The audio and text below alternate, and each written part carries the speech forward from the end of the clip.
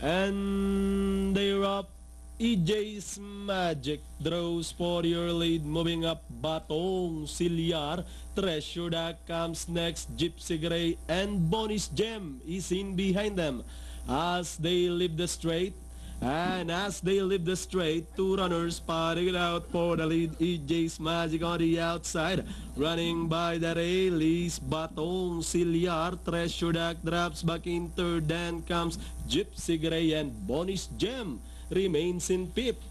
Heading towards the last 900, it's EJ's Magic by 3/4 of a length lead.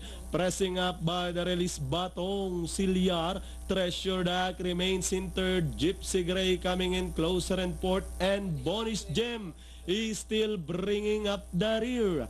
Heading towards the last 600, two runners keep on parting out for the lead. EJ's Magic by a long neck, running by the rail Batong Silyar. Gypsy Gray moving up on the outside and now grabbing the lead. Treasure Duck moving up to take second. Batong Silyar not out yet, and Bonus Gem arriving to the race too as they swing to the last 450. Gypsy Gray this time by about a length and a half.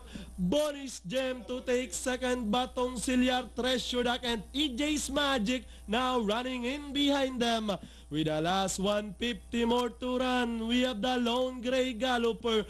Gypsy Gray by about a length and a half. Bonus Gem is on the outside trying hard. And finally, Gypsy Gray, Bonus Gem, Treasure Duck, Batong Silyar, and EJ's Magic.